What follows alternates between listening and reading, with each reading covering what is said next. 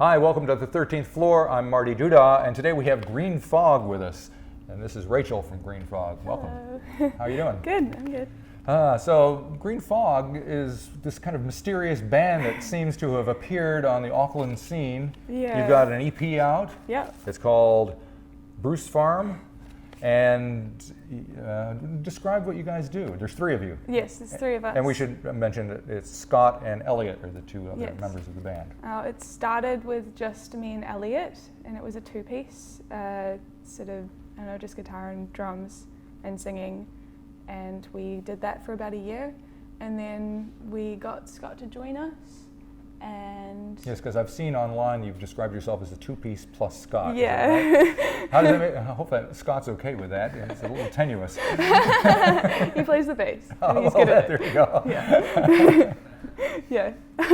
But I suppose when he first started in the band, we were just playing all the songs that me and Elliot wrote together. But now we're playing songs that Scott has written with us as well, so I should probably change that. Right, okay. Now usually when we have musicians come up here, they're playing fiddles and acoustic guitars and double basses and stuff like that. That's not happening today, like is it? that, no. No, so it's going to be loud. Yes. Everybody has a problem describing music, especially louder rock music, because there's all sorts of people come up. Subgenres. Yeah, it comes from all over the place. So do your best to tell people what you think it is that you do. It's drone, and it's melodic, and it's kind of desert rock. Right? And I suppose we take a lot of influence from a lot of things like dream pop, like shoegaze, and lots of unknown subgenres, but I don't know, how do you describe it? Yeah.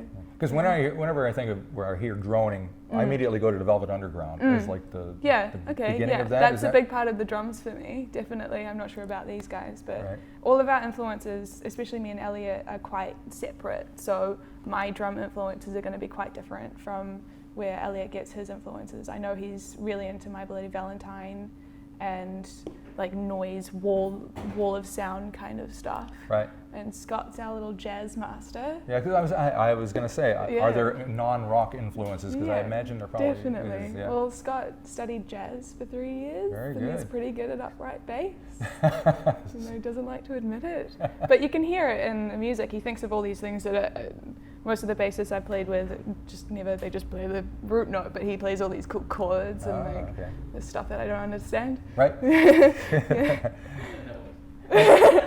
It's totally in there. Are there vocals in the music? Or? Yeah, I started doing vocals when we first jammed for the first time ever. It was the first time me and Elliot ever sat down and played music.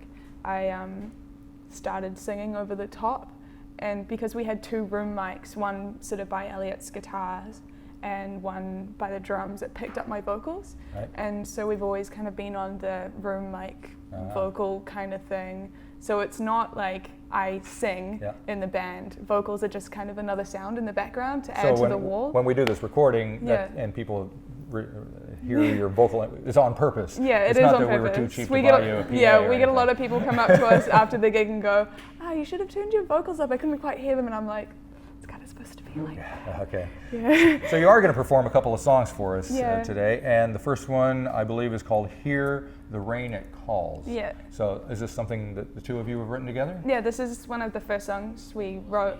I think, it was the first song we ever jammed together.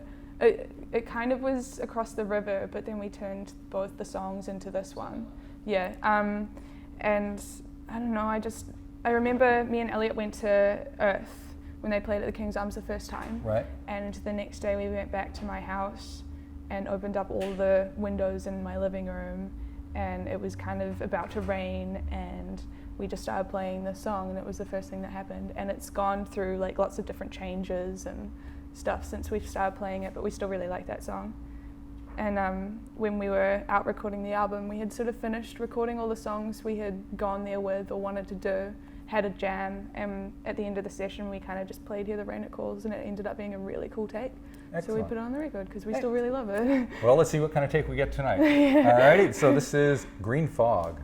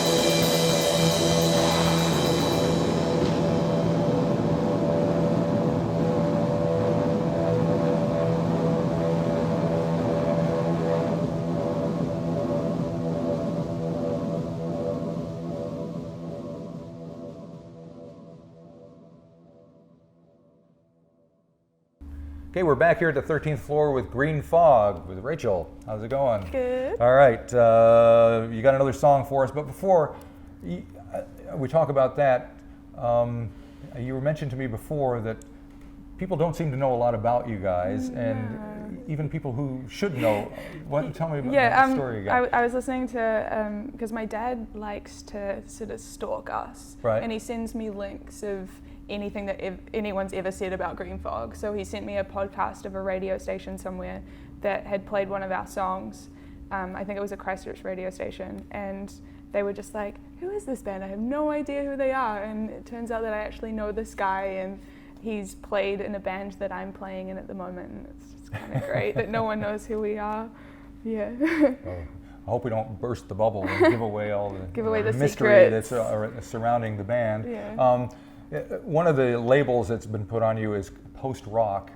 And there's another band that I just spoke to a couple of weeks ago, Jacob. Right. I listened to that. Right. Love them so much. Oh, good. Yeah, that's what I was wondering if you kind of felt an affinity with what they're doing. I'm not sure about these guys. I'm pretty sure Elliot likes Jacob, but I used to be very into those kind of bands. And band called ISIS, unfortunate name, but love them so much. And they toured with Jacob, like they said in the podcast.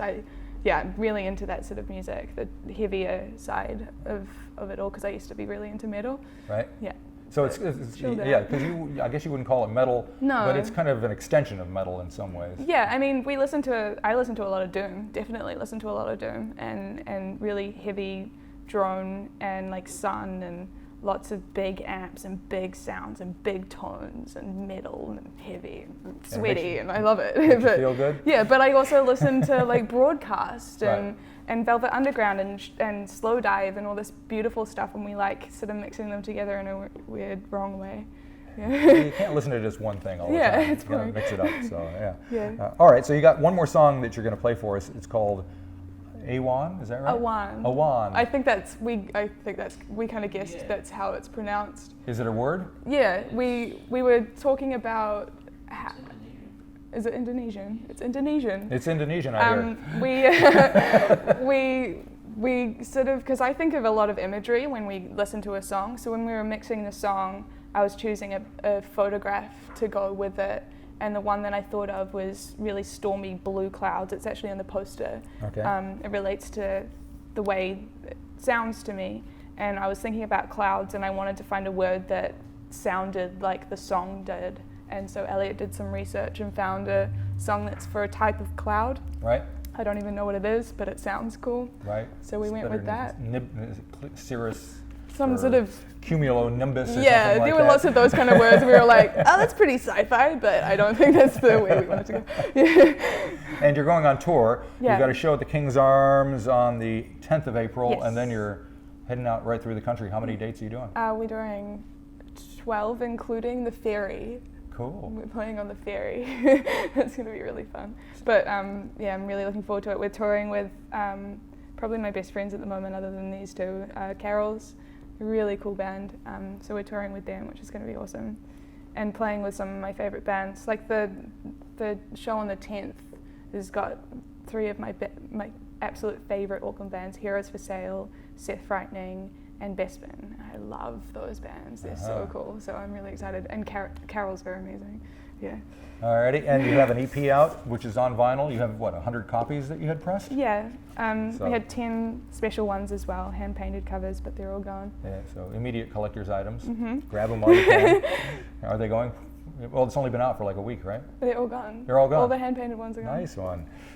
You didn't just give them to your parents, did you? No. My dad did purchase one, but I only let him have one of them. All right. Yeah.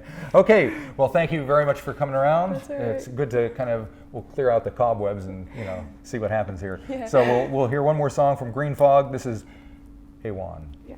Very good.